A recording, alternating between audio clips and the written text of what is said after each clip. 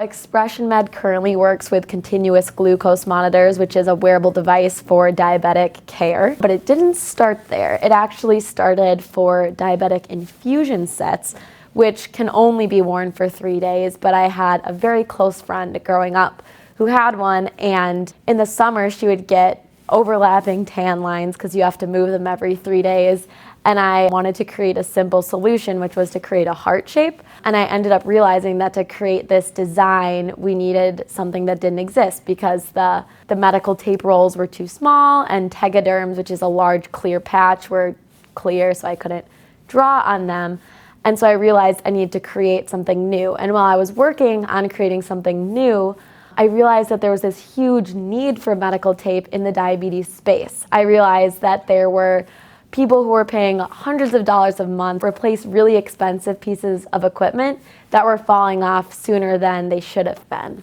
So when I was making this designed medical adhesive for my friend Jessica, Facebook moms, who I have come to love, created their own community of people that I could send free samples to, and we did end up saving them a ton of money. And while I was creating the adhesive product, we ended up making their care and their children's care more comfortable and more fun.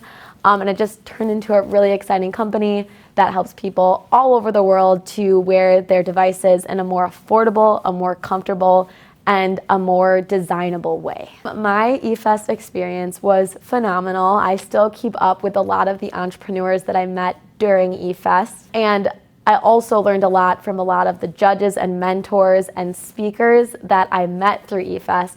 I think compared to other business competitions, it has a more collaborative feel.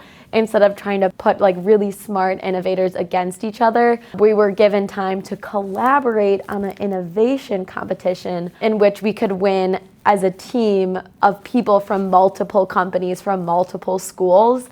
And we really got to appreciate each other's creativity, and we got to kind of take a break from hyper-focusing on our own company and our own pitch and just enjoy the entrepreneurial spirit. So I really enjoyed the presence of being at eFest, and then I enjoyed the longevity of my eFest connections. Well, we did win a significant amount of money, and that has helped Expressionmed grow phenomenally because we, as a physical product, cash flow is always difficult in the beginning. We became extremely popular across multiple countries, and we noticed that, increase of sales meant that the amount of supply we could afford would last less and less time. So we'd be super excited about 40% growth, and then we'd look and see, okay, well, our 4-month supply is now only going to last us like 2 and a little bit. And having that cash flow to support inventory then supported our sales. So we had more time between purchase orders to really spend on growing our team and growing our process. And now things run extremely smoothly. And I'm glad I got through that speed bump in our growth stage. And I think that the money from eFest really helped us get through that. So many things have happened in the last year. For me personally, I got the Teal Fellowship. So I've been introduced to another community of great entrepreneurs like eFest and the entrepreneurs I met at the Schultz School of Entrepreneurship. But for the company, we have created tapes for 4 new devices. So we now cover all of the wearable devices in the diabetes space. I mentioned it in my eFest interviews last year that it was something I had really hoped to do. So it's very cool that the eFest money I received gave me the time and the runway to focus on innovating on new products instead of trying to scramble for cash flow. So I really think that that big change was enabled by the eFest competition.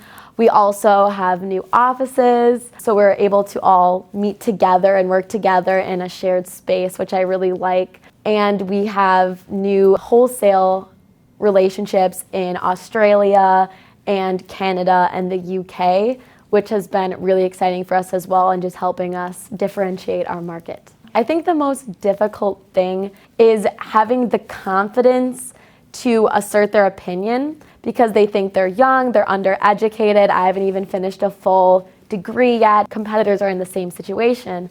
So when you're putting your opinion and your vision and the education you have within your company against a very experienced manufacturer or a very experienced wholesaler, and you have to do these negotiations, that's always a hurdle. And so if I could bring in a specific example, we had a misprint where there was a primer that caused our ink to flake off, and I was talking to quality control teams of very experienced people arguing that this is not what I ordered. I really can't sell this. We need to negotiate something. And I ended up holding my ground and explaining what went wrong, and we ended up getting all of the money back. So that was so nice, but the confidence is really what makes that work. And then another thing that young entrepreneurs may have difficulty with is managing teams of human beings, because it's really difficult for you to be teaching them and guiding them and telling them what to do in spaces that you don't have a full year education behind. Or full 4-year education behind. So I manage marketing teams. We have a great group of people we work with in Mexico that are professors themselves, and they are just industry experts. And I have to tell them, this is how you can work your expertise into my industry and into my company and into my market. And so that has been a hurdle for me, because it's just exuding that confidence and knowing that it will work really well with the expertise of others. So I've had to use my confidence kind of against the expertise of others and with the expertise of others, and making that decision is really interesting. Also, critiquing my employees. I'm a super nice person, and as a business owner, when things are going wrong, you have to be the first person that acknowledges it, because no one else will. So for the first time, I sat down with my employees for a good 90 minutes and went through everything that they were doing wrong and could improve on. I was so scared that they were going to think I was insulting them or being negative, and they loved it and they took it and grew so much from it. So I think a hurdle for me was being critical, but being the point of constructive criticism is literally to construct and grow. And I hadn't really used that to my advantage until the past few months. And it has worked phenomenally towards my advantage. And I established this cool team with different strengths that fit together. And then I got to build on each of them. So our little congruent team moved up a level all at once. So it was very cool. I would like to leave any young entrepreneurs or growing entrepreneurs or competing entrepreneurs with the piece of advice of making the most of your connections at business competitions or events, because everyone that shows up is a high-level innovator, a high-level learner with a ton of connections. So, your family might not be innovators in your field, and your friends at school might not all be innovators in your field, but this is a conglomerate of really smart, well-connected people.